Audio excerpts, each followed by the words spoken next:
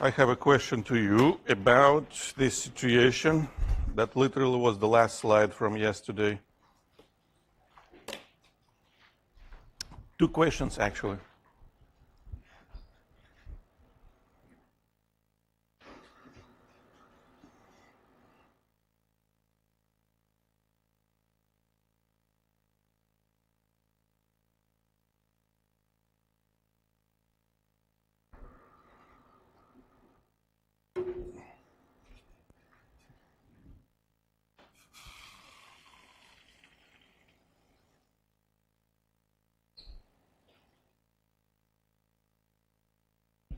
Liquid nitrogen, very cold.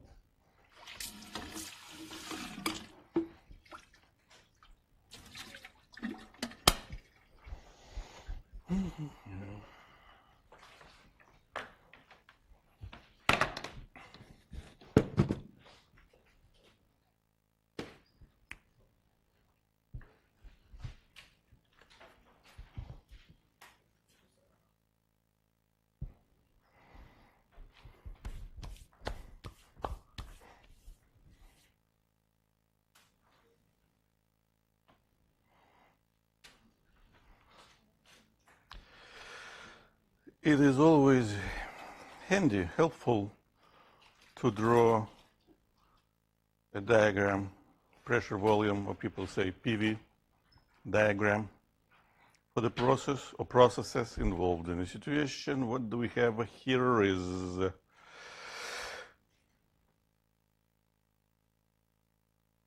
what's the name for this process? Isochoric constant volume. Bless you. So many people sneezing.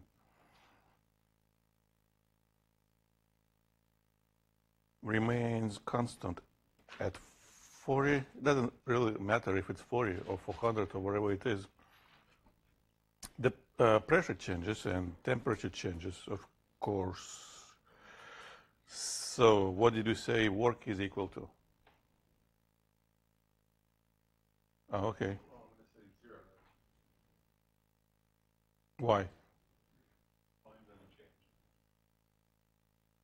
No change in the volume, no work. All right. Yes? You can enter it now. If the volume doesn't change, the system doesn't expand, so it doesn't do work, and that doesn't contract, so it doesn't do negative work. We don't do any work on it, so yeah.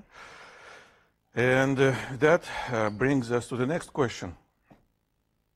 What do you think delta U should be equal? So now,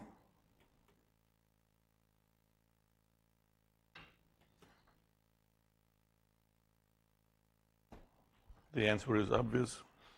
So here we get this and that. Just to review everything we've said. Any questions? Yes? They differentiate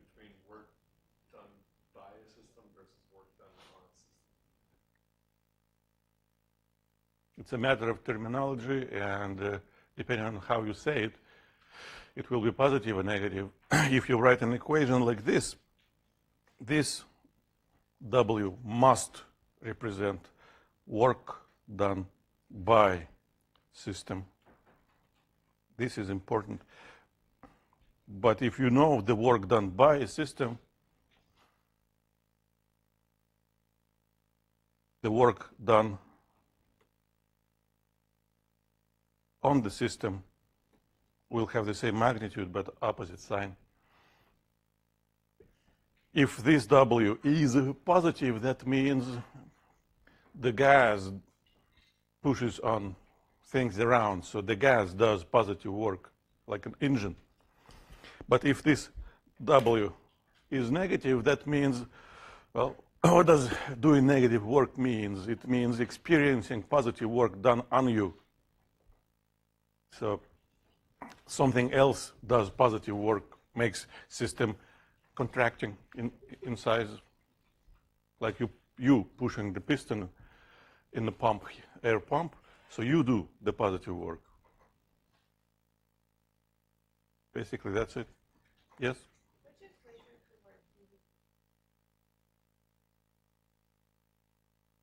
The same you asked me for. What is the area of this line? 0.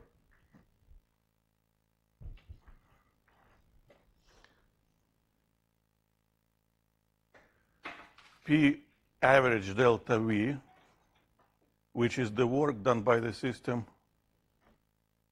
We could have apply this equation.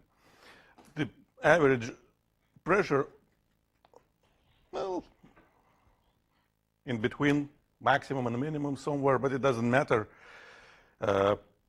No change in the volume means no work. This is a line, so it has no area. If it wouldn't be a line, it would be something wider. In that case, the work wouldn't be 0.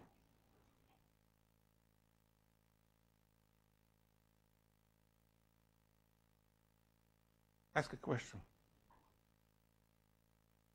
Please. I really, really want to hear a question.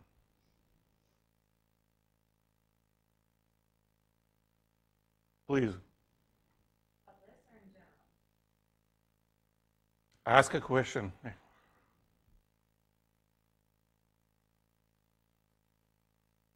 Whatever pops to mind.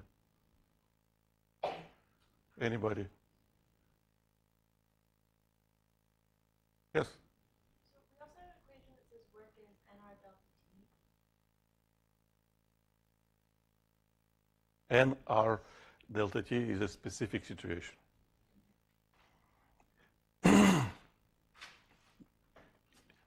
Work is always equal to, well, plus or minus area.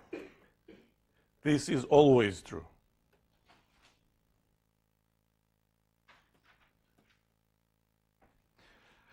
However, if pressure remains constant with this graph, we can calculate work as the area of this rectangle, P times delta V, which is P times V final minus P times V initial. And as long as we have a combination PV, we know it has to be equal to this product due to a different law, due to ideal gas law. And when we write this, we assume that the amount of gas doesn't change. The number of moles remains the same. So that is how we get to this equation. So we need to remember the difference between what always works and a specific case of that.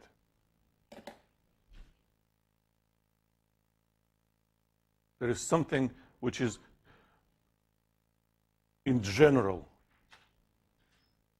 gives a way to calculate work for any situation. Any means absolutely anything. But there's also something which we can use in a specific case. And we need to know a condition. For each specific case, we have to know the condition, when we could use it. This equation works when pressure remains constant and the amount of gas doesn't change. If any of these conditions broke, that's it. We can't use this equation anymore. And different people use different mental approaches. Some people very good at actually memorizing all specific equations and conditions and use it every time they need. Some people bad at that. I am bad at that. So I prefer memorizing a general law, general expression, and apply it every time to a specific situation and see what does it give me. Yes? How do you get a negative area? Because we make it so. You're just saying you calculate the magnitude and say it's work done on the system. No. I say area, calculate it, that's a positive number. But then I look at what's happening to the volume of the system. If the system is expanding, the work done by the system must be positive. If the system is contracting, the work done by the system must be negative.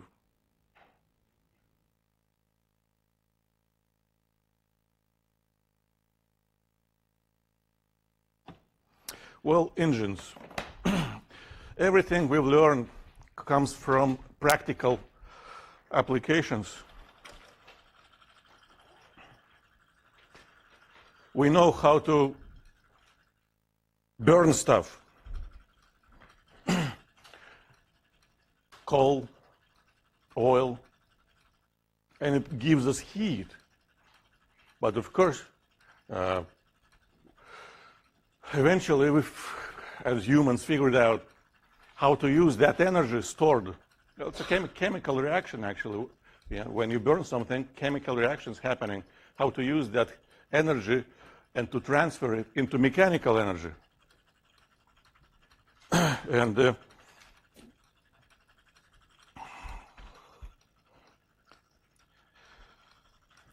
here, as we know, when I place this bottle in hot water, the air starts warming up and starts doing mechanical work. The problem is, it can do it only once. We want to have it done again and again and again and again and again and again and again repeatedly for a long period of time. So that's not an engine. To make it an engine, we have to what? We have to bring it back to the original state. And to do that, what do we have to do? Put it out, make it cool down. But of course, it usually takes a long time, so we want to speed it up. And to do that, what do we use?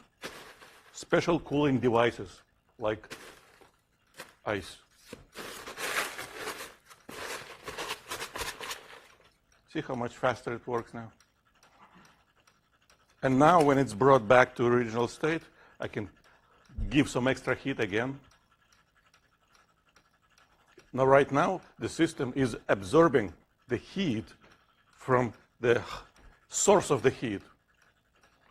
And now, to bring it back to the original state, the system must release the heat. And that's what I'm going to do for the rest of this lesson. Or not, hoping that in your imagination you can see this process happening again and again and again and again. And that tells us that for every engine we need a source of heat. We need, well, a cooler. Yeah.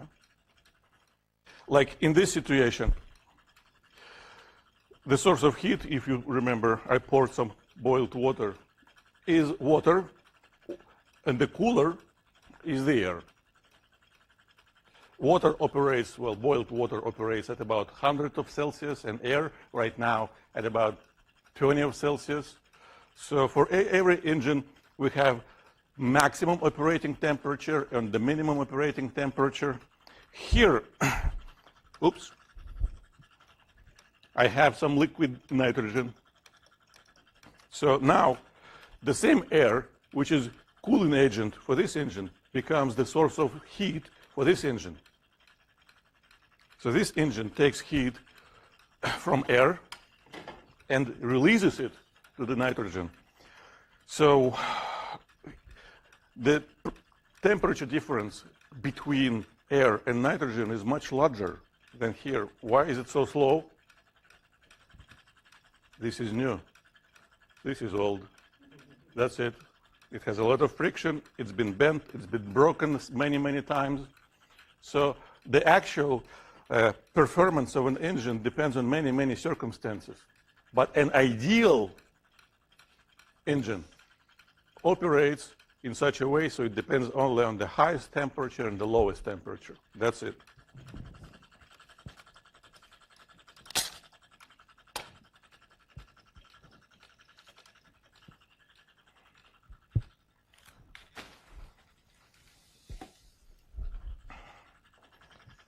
Actually, liquid nitrogen cleans floor better than Roomba, but more expensive in that case. Well, actually, we don't know. No one calculated it. Well, so question, please. What do you think? For every engine, it must perform a cycle. So it starts from initial state. Then state might change. The change of state we call a process. Different cycles might have different number of processes, 3, 4, 5. Each process, well, every cycle might have a different combination of processes. This is so-called ideal cycle, but a cycle could have isochoric and isobaric processes. And for each cycle, the initial state and the final state are the same. So,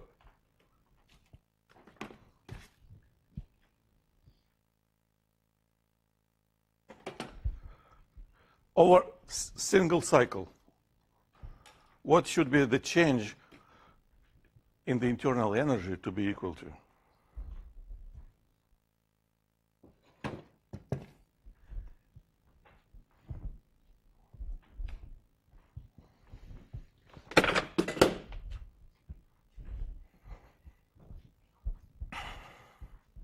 Survey says, what do you think? 0. If it's initial state and final state the same, and means initial temperature and final temperature is the same, and that means initial internal energy and final internal energy is the same. So there is no change. But if there is no change, our equation, the first law of thermodynamics, now tells us that over a cycle, this equation, by the way, we can apply to anything, to a single process, to a combination of processes, including a cycle. So for a cycle, that's supposed to be equal to 0, which means the amount of work the engine does over a cycle is equal to the amount of heat. But that's what people forget. Remember, we have solved the problem yesterday. I think it was a triangle like this. For some processes, heat was released by the system, and for other processes, heat was absorbed by the system. So this heat can be broken into parts, released and absorbed. And we know very well that when a system releases heat, it's supposed to be negative. So we can show that fact using mathematical description like this. the amount of heat released should be equal to the magnitude of it multiplied by -1. That's what makes it mathematically negative. Plus the amount of heat absorbed. And, well, first of all, we can make a conclusion that the amount of work an engine does always less than the amount of heat it absorbs. So there's a certain amount of heat the heater supplies to an engine, and that splits. Well, in general, it also getting lost to friction, to other things, but if we neglect all that loss, that amount of heat an engine absorbs splits into work and the rest which goes back to the environment. And this ratio, how much of the heat absorbed goes to work, that ratio has a name, the efficiency of an engine. And normally we write the equation differently.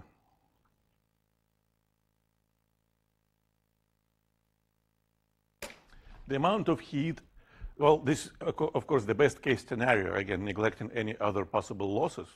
In that case, the amount of heat an engine absorbs divided into work it does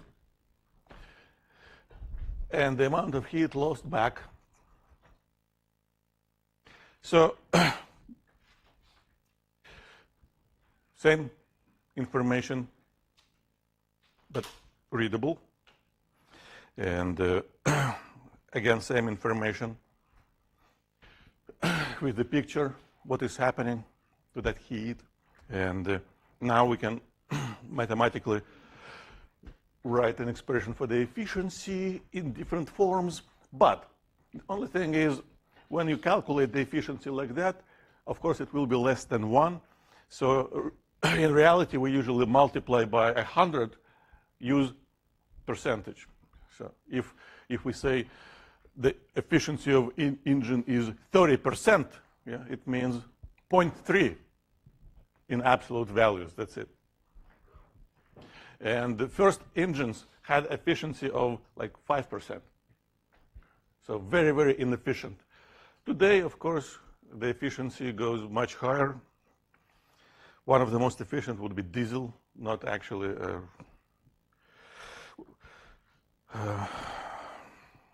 standard internal combustion. So now, the actual efficiency depends on the actual cycle. French physicist Carnot had proved that if an engine operates between two temperatures, one is, well, we called TCT cold, the lowest temperature for the engine to operate, and another THT hot, the highest temperature. In that case, that engine cannot have efficiency better than this one. This is the maximum. And to achieve that efficiency, the engine should perform a specific cycle. Of course, because he proved it, this cycle has a name, Carnot cycle. This cycle has 4 processes: isothermal, which means temperature is constant, and adiabatic, which means we have no idea what it means. But we don't care. All we know, if an engine operates at the Carnot engine, the efficiency will be equal to this. It depends on the ratio between the lowest temperature and the highest temperature. So this equation only works for the Carnot. This equation works for any. Yes? Hot. All right, I didn't mention, where is it? Here, yeah, okay. So this slide also represents some slang. See, we know that, well, first of all, I don't write CY, CLE anymore. We assume if you see a W, that means for the whole cycle. Secondly, we know that there's the amount of heat absorbed and released. The amount of heat absorbed, that's what we call QH, because it comes from something hot. It must come from something hot. H means hot. That's slang. And there's heat released by the gas back to a cooling device. And the terminology, again, the slang, we call it Q cold, because it has to have a cold part somewhere, a cooler, a refrigerator or something else. So QH, hot Q, means absorbed. QC means released. And speaking of, you asked me, terminology, vocabulary. What does decline mean? Some people mean declining means you cannot do anymore what you could do before. That's wrong.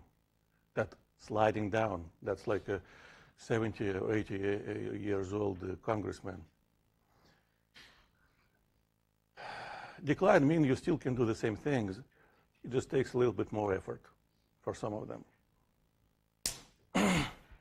Now, same meaning, hot, cold means absorbed, released. And the same meaning here, hot, cold means the highest, hottest temperature, the coldest, lowest temperature. That's it. Any more questions? So normally, of course, we can combine both equations for the efficiency. Because we always assume that an engine is ideal. Carnot engine, no losses. So in this particular situation, what we know is, well, let's read what we know. Work. The work is given 420,000 joules, just in case. And 600,000 joules is released. Here, we have to make a choice. 600,000 joules. Is it QH or QC? So what do you think?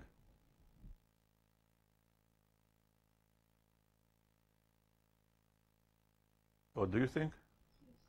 Why? Because it's released. So if it's not QH, released. Can I write QC equals 600,000 joules? Can I write it? No. Why? It has to be negative. So this is how I need to write it down. However, we know that the equation which relates these variables in its most clear form can be written like this. Q hat equals, so it splits between work and the rest, which goes to the environment or to the cooler. So what do we need to calculate? Well, first of all, what can we calculate? We can calculate how much heat it absorbed.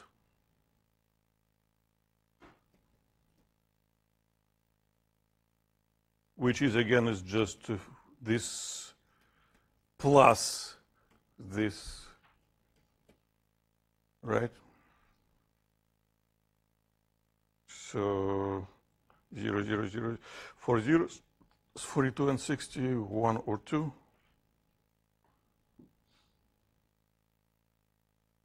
And 4 more zeros, right? 1, 2, 3, 4 joules. All right, what can we calculate? We can calculate the actual efficiency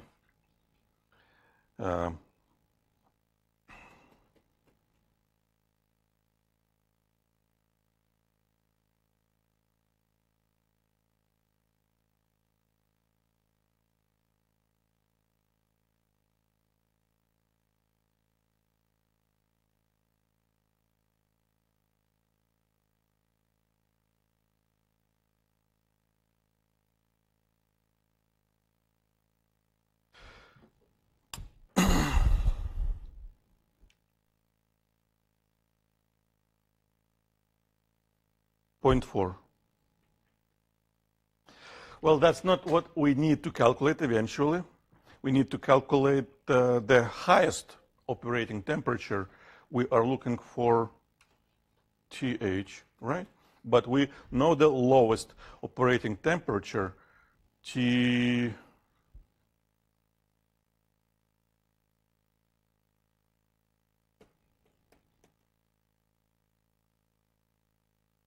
So, efficiency, which is 0.4, also should be equal to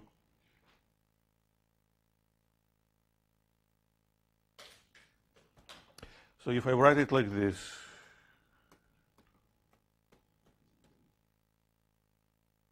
what mistake did I make?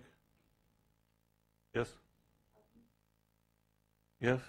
I did convert Celsius into Kelvins, and I can't use Celsius in this equation.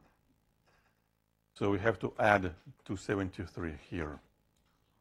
Now it's a simple algebraical equation. So 273 plus 27, 300 over TH should be equal to 1 minus 0.4, which is 0.6. So TH should be equal to 300 over 0.6, which is 3,000 over 6, 30 over 6, 5, right?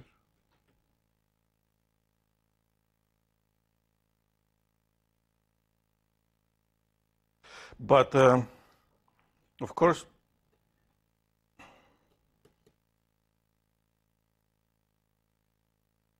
we also may need to calculate the same temperature in Celsius. So what is it, 227?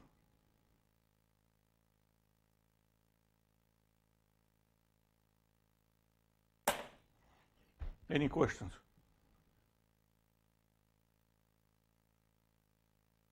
So what I've seen before as a common mistake is just forgetting to convert Celsius into Kelvin.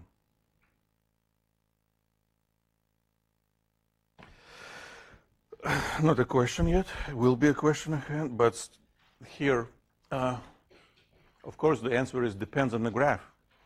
If you look at this graph, the process which begins at the first state and goes like this gives positive work, but here the process 1 to 2 gives negative work. Do you see it? So what does it tell us about the whole cycle? Well, for the whole cycle, to calculate the actual work, we would have to calculate the sum, yeah, would be equal to the work done from 1 to 2, from 2 to 3, from 3 to 4, and from 4 to 1. And for each process, the work is equal to the area. Yeah. So here,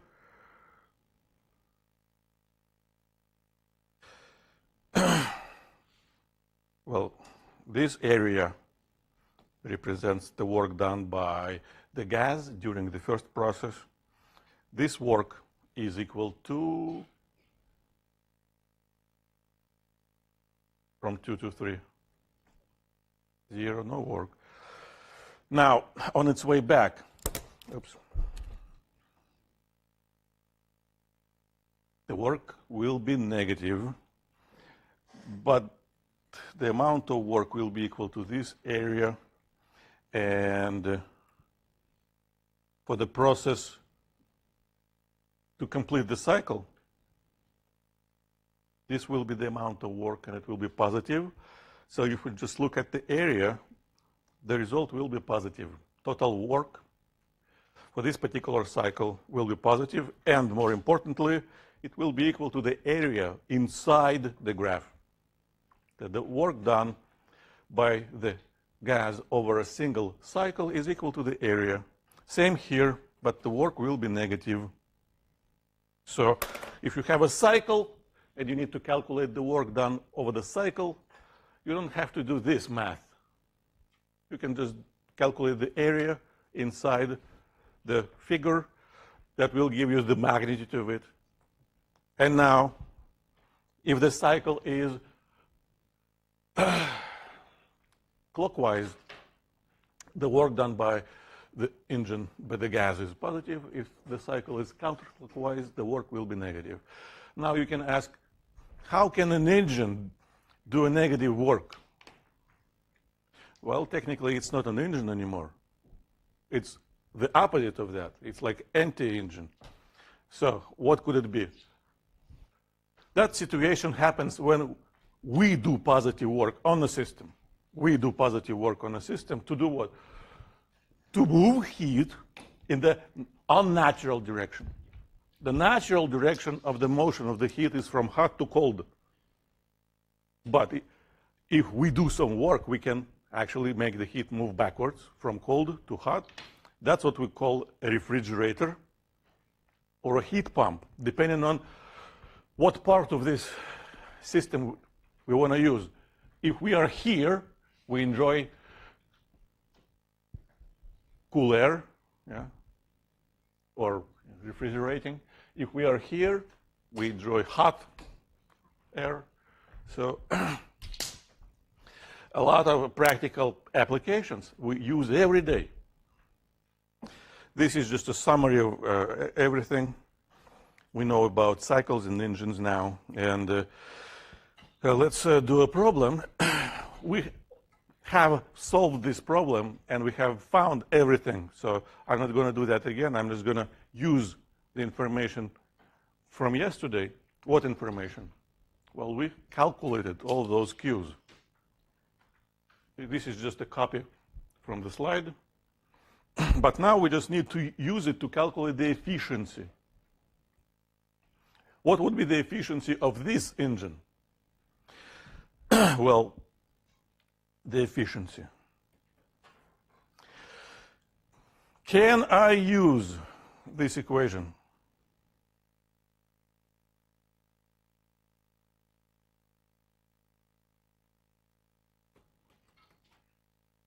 To calculate the efficiency? No. Because this is not a Carnot cycle. How do I know? I remember that Carnot cycle looked something like this. Not a triangle. So I need to use the general approach like this. How can I calculate work?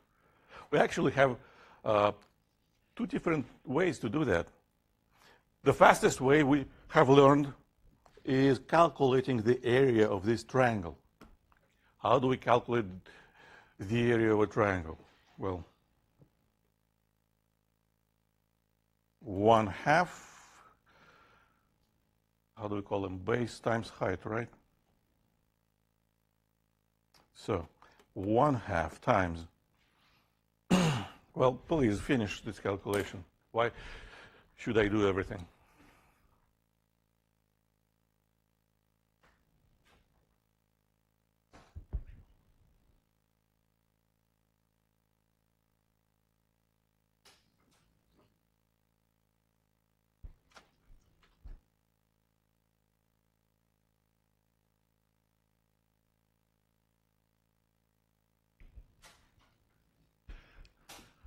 The good thing about triangles, any side could be chosen as a height, and another will be a base, or any side can be a base, and another will be a height. We just need to know how long each side is, not hypotenuse. Yeah, we don't care about that. We only need to know how long is the vertical side, how long is the horizontal side.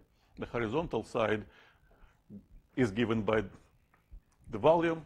The vertical side is given by the pressure. So in this situation, algebraically we can write V2 minus V1 times P1 minus P3. So 1/2. 120 minus 40 liters times 600 minus 200 kilopascals. So 1/2, 80. 400.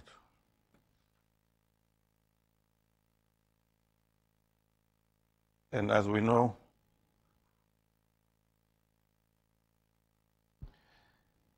liters and kilos, they cancel each other. So what's left is 16,000 joules. Now, what would be another way to calculate work? We also know that for the cycle, we can start from the first state and we go back to the first state. For the cycle, work is equal to total Q, and total Q is, well, Q12 plus Q23 plus Q31, which is Q12 168,000. Let's hope it's gonna work plus, actually, we are subtracting here, it's releasing minus 192,000 and plus 40,000 again. Does it give us 16?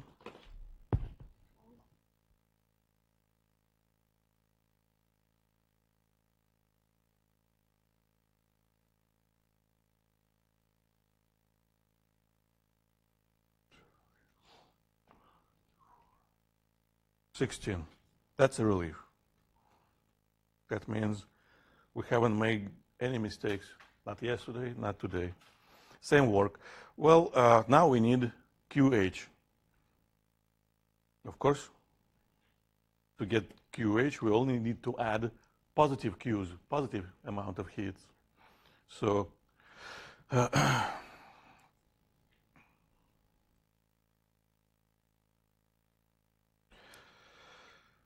168 and 428,000.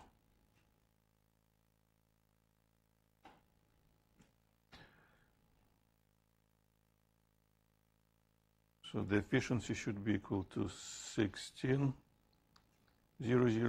over 208,000, and we can multiply by 100%.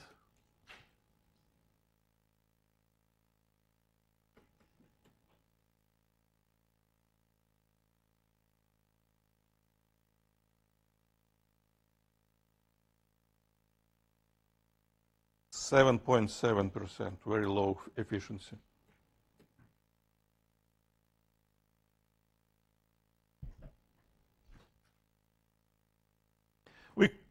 Remember, we know the temperature for each state, so we could actually calculate the ideal efficiency.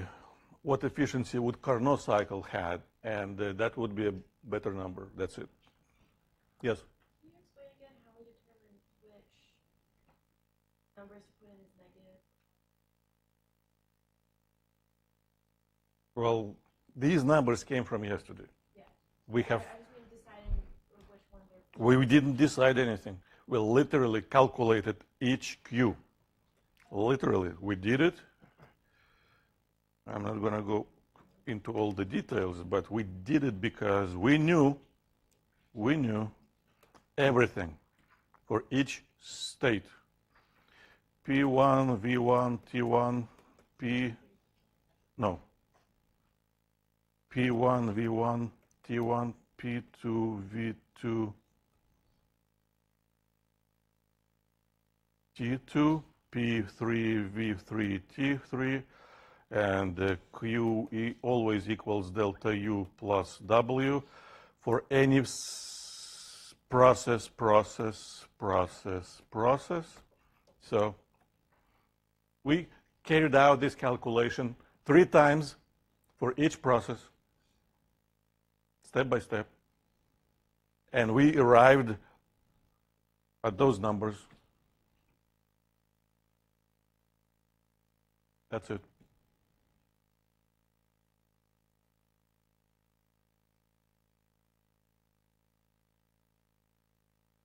So again, the first law of thermodynamics works for anything. It works for an individual process. It works for a combination of processes, including a cycle.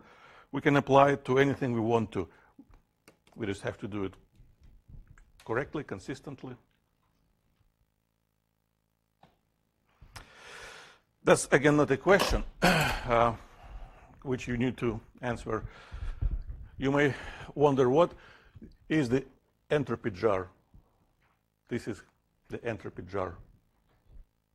This is how it looks like. And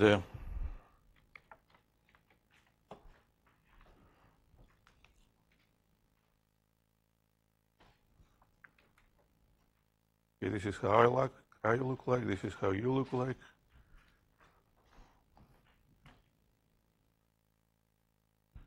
See, it's layered.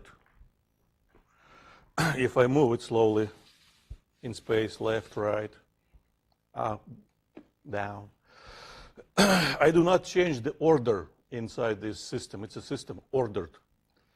Why does it have an order in it? As I asked my work study student to put the balls in a specific order. That's it. The question, what's going to happen if I make it turn 10 times?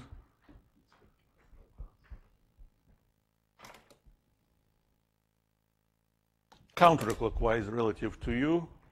So 1, 2, 3, 4, 5. I should have said smaller number.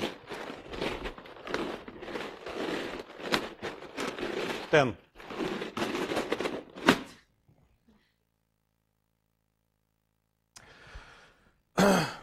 Actually, I could have taped it. Doesn't matter. You can use your imagination. Now, first of all, if I now make 10 terms in opposite direction, do you think it's going to be layered again? So the question is, why? How do you know that if in the movie you would see it backwards, you would know it is a movie? What law would it violate? And the answer is none of these. From a mechanical point of view, it doesn't, that process, when we can imagine going back from the chaos to the ordered state, doesn't violate law of conservation of energy or Newton's second law, nothing. But we know that a process like that doesn't exist, which means there has to be a new law which forbids processes like that. If you take hot water, boil it into mug, and wait, it's getting colder. But no matter how long you wait, it's not going to get back hot on its own. This process also is forbidden. So there are many processes which technically are allowed by mechanics, but don't happen. And so to describe a process like that, we got to talk about something new. And it's not going to be on a test, so relax. You look very tense.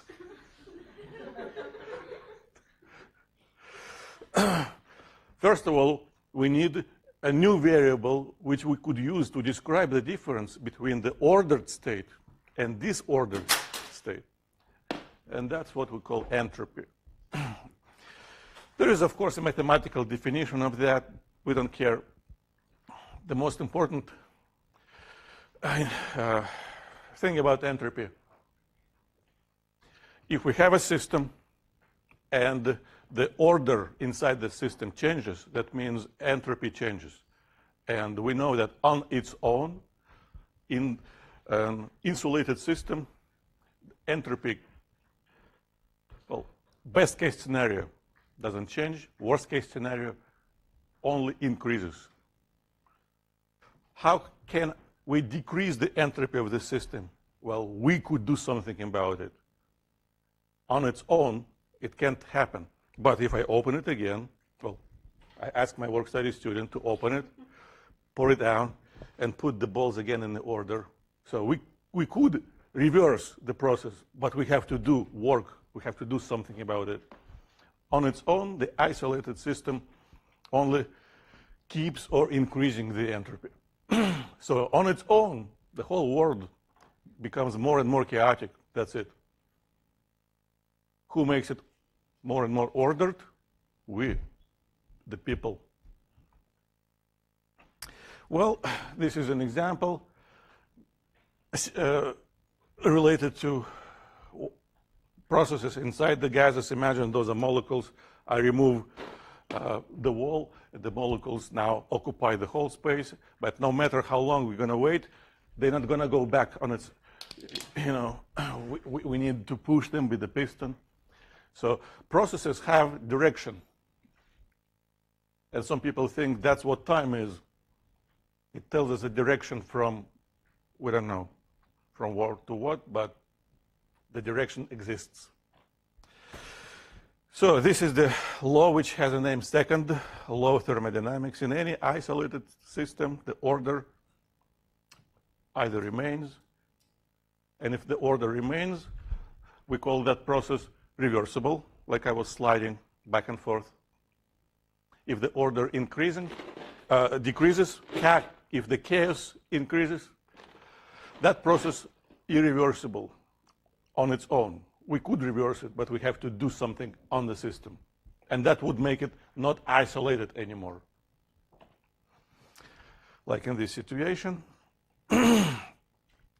And that imaginary process, we could see if we ran the movie backwards, violates the second law of thermodynamics. Now, we saw this slide before, standard processes, isobaric, isothermal, isochoric. Now, we should say something about one more process, adiabatic, because, well, it's a part of the Carnot cycle.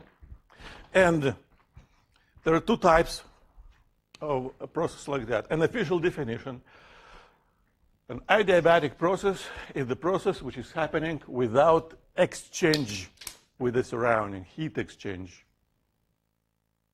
So there is no heat exchange. How can it happen? Two things. First of all, it could be just an isolated system with no work done on it. In that case, we know what's happening. Heat exchange only inside the system.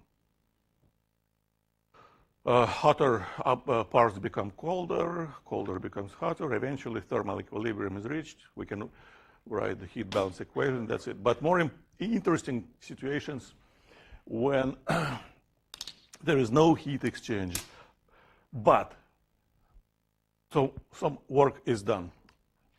To prevent heat exchange from happening, this has to be done quickly, very fast. So I've got some examples of very fast processes. In this situation, I'm going to do a positive work on the gas, just air inside this cylinder. So, see, if I am doing a positive work, system does negative work, of course. But more importantly, if I'm doing positive work and Q is 0, that means the temperature inside the system should rise. So these little pieces of paper, well, that's a kind of special paper. It has a certain filament, makes it a little bit more flammable than the regular paper. So you see I'm pushing, nothing is happening. Question is, what's going to happen if I move this piston very quickly, so quickly that the heat exchange between inside and outside will not happen. In that case, the temperature rises to a certain value, certain amount, so it becomes high enough to flame this flammable paper. That is how the diesel engine works. It doesn't need a spark, but of course you need a special fuel for that. That's why it costs more. So this is also a special paper. Again, nothing when it's slow. And when it's fast, the temperature rises quickly. Because all my work done by my hand getting transferred into the internal energy. If internal energy goes up, temperature must go up. Now, what is the opposite of rising temperature? Cooling down. Here I have a standard CO2 cartridge. We've used it before for a different demonstration. For what? Newton's third law, law of conservation of linear momentum. If I pinch it, CO2 flies out. It becomes very fast bullet. So that's why I need here, this thing, because if I put it here, it doesn't fly away. If I don't put it here, it flies away and hits someone. I don't want that.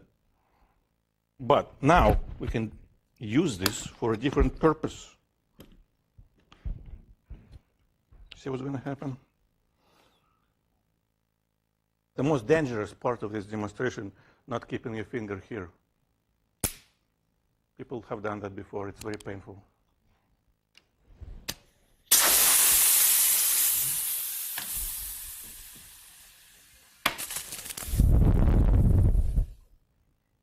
How fast temperature drops. It's below freezing point. You can see it's becoming icy. You can touch it if you want to. It's actually cold. Do you want to? No? No? No one? All right.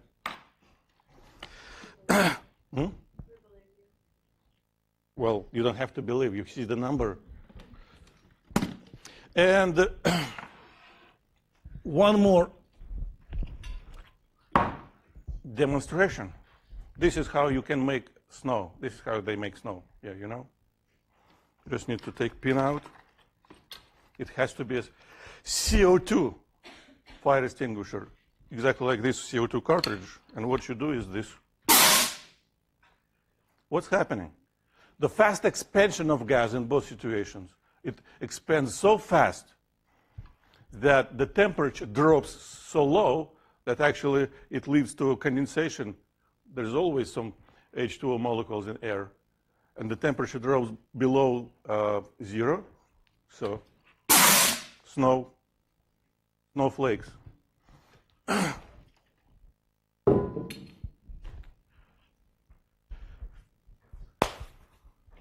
This is my last question.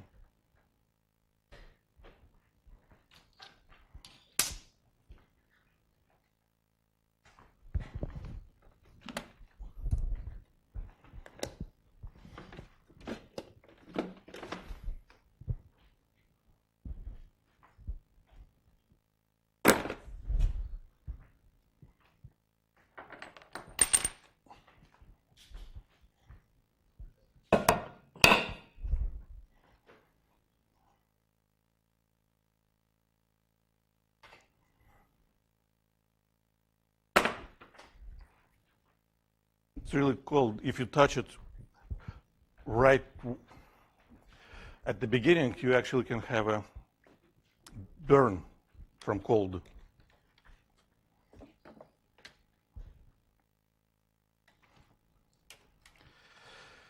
So, before we go to Q&A session,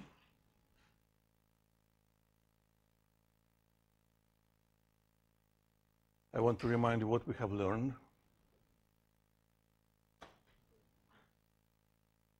That's a lot. You should feel good about yourself.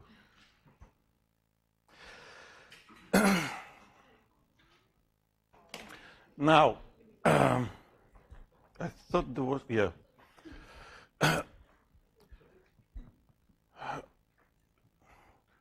Your evaluation, very important for me.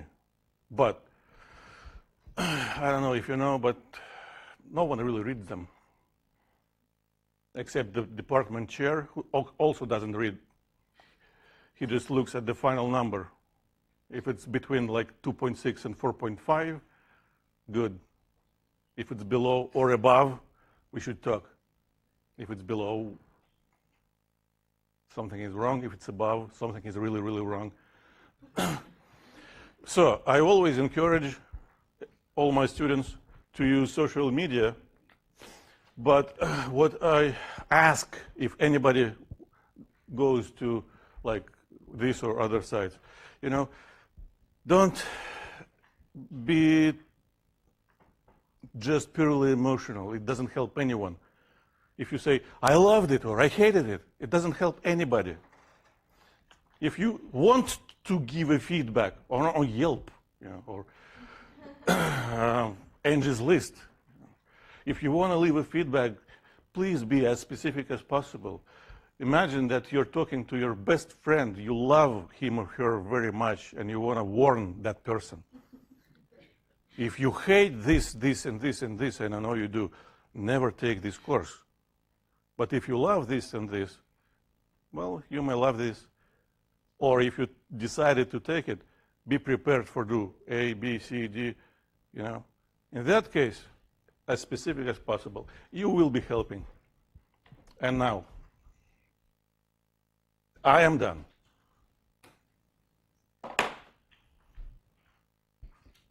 You are free to go. Or ask a question. Or stay here forever. Well, at least until tomorrow.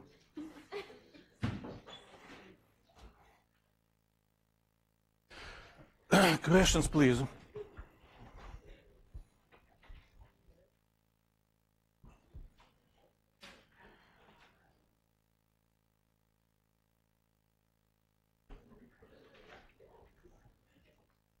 Please ask a question.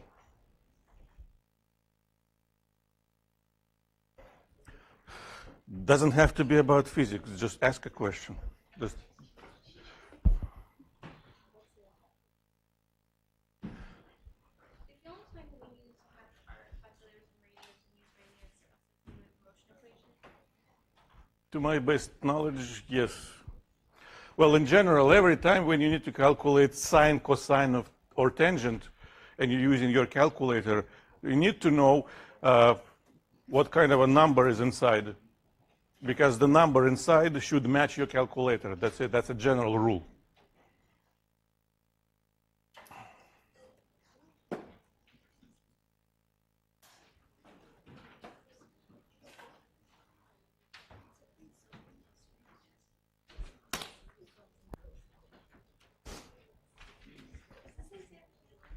Cannot hear you. Is this exactly or only base 30? What do you think? What does syllabus say? 6 weeks and you don't read the syllabus. It says the final exam is not a cumulative, but physics is. That's what it says. So you still might expect to, I don't know, expect unexpected. Yes? For the energy, it's simple harmonic motion. There is an equation. How do we get that? The equation k equals x squared over 2 was given for elastic potential energy. K, x squared over 2. And we can use it assuming that the equilibrium is at x equals 0. Yeah. And this equation comes from the fact that if we really try to calculate the work done by elastic force, which we could if we knew calculus, the result would have been kx initial squared over 2 minus k x final squared over 2. And every time when work of something is equal to this, we just call it energy. How could we derive this equation? We know that for a constant force, work equals this times displacement times cosine. So for elastic force, we could use this equation if instead of force, we would use average force, because elastic force changes. So that would have been delta x, and the rest is just algebra.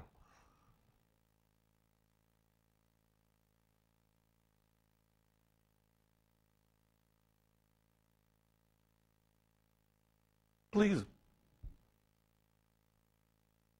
We have 12, 13 more minutes.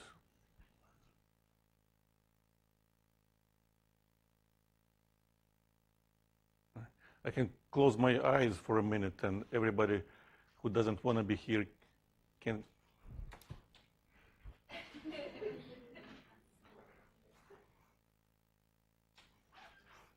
Yes? There was an example that we did in class in the third lecture after the second exam. We were supposed to find the apparent weight of the sphere. I kept getting negative values. Apparent weight of a sphere in water? Yeah. It was in water. So I guess it was something like this. We had filled it up, and it was attached to a string. No?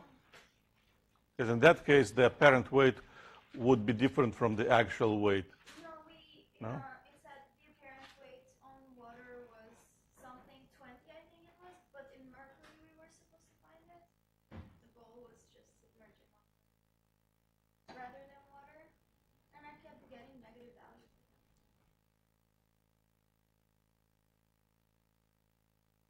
Mercury? I don't even remember this is a particular example. Well, maybe if the no. If you make more and more and more and more and more and more and more denser, so you should have stronger and stronger buoyant force that should.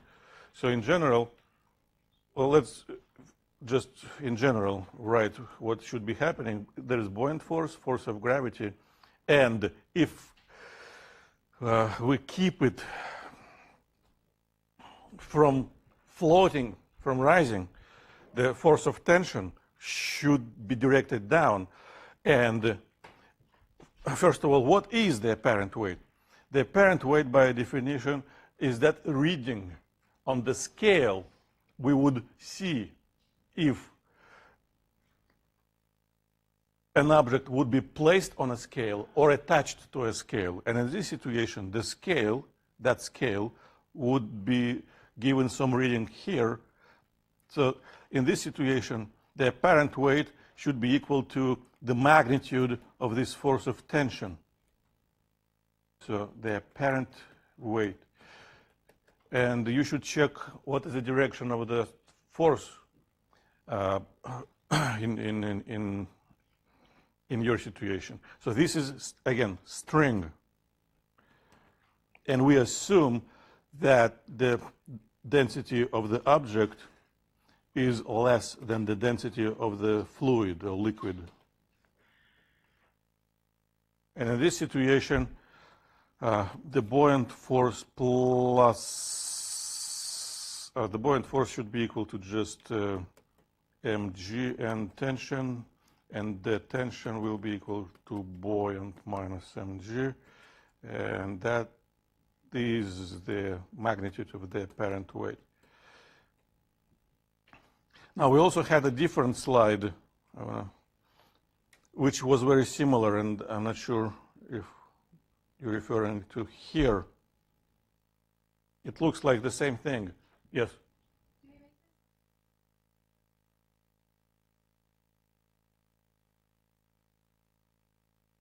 So we need to read what is happening.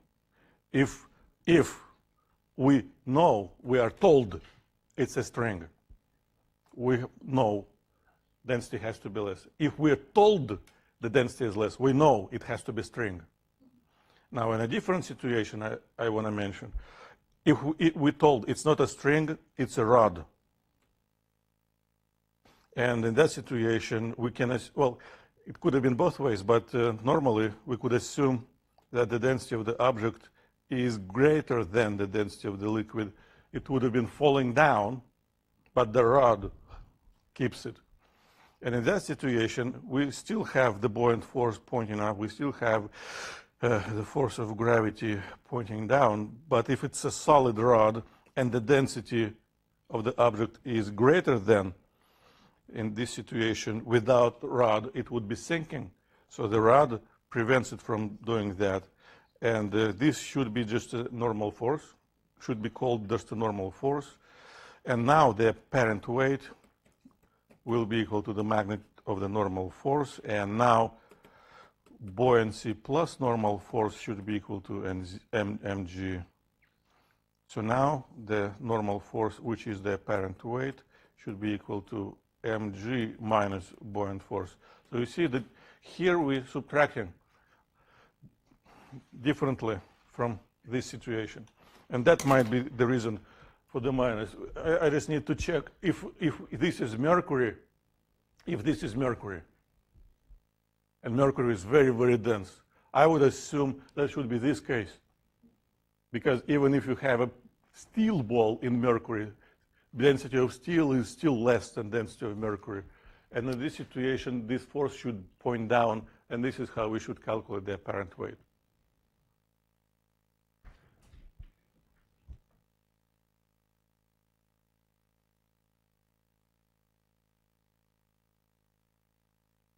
All right, I'm going to start my timer. And if in 30 seconds we have no questions, we're done. Yes? With the rod situation, the density of your object is still less than the liquid. Would you No, it's greater. That wouldn't happen. It doesn't make much sense to attach a rod to an object which is less dense. Well, that would have been that situation. It depends on, the densities. You had a question. Yeah. So it doesn't have the buoyant force equals mg, but for m we had, it was like the m of the fluid that was displaced. But in all the problems, I feel like we just solved it as using m as the mass of the object. Something happened.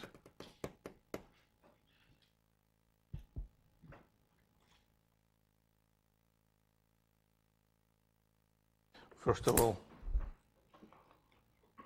just in case I want to save everything, because something just happened, and my pen might not work properly anymore. Now, the buoyant force is equal to force of gravity only when the object is in equilibrium and nothing is attached to it. So they cancel each other out, it floats. It could float below the surface, but normally in this situation it floats at the surface.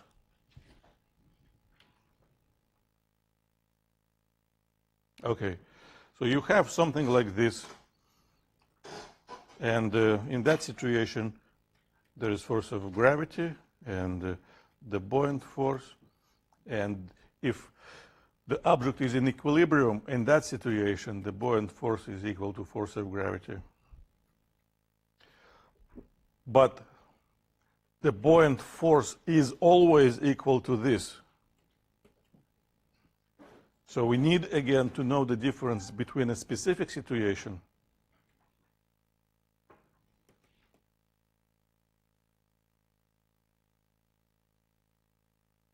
and a general equation. And when we write an equation, we need to be able to name, to give, to say a specific meaning for each variable. What does this mean? That means the density of the fluid. What does this mean? That means free fall acceleration. Yeah. And finally, the most important part, what does this mean? That means that amount of fluid displaced by an object. Fluid displaced by an object. However, since every object is solid, fluid G, the same volume will be equal to the volume of the object below the surface. So the meaning is different. The number is the same.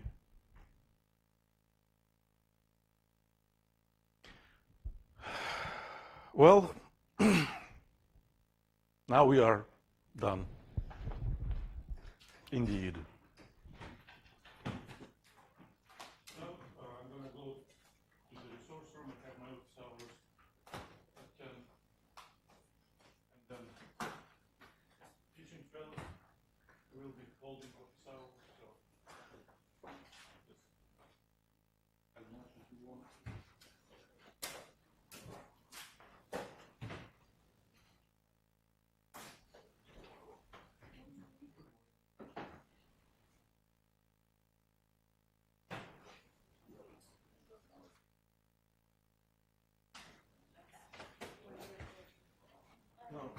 No, she stays.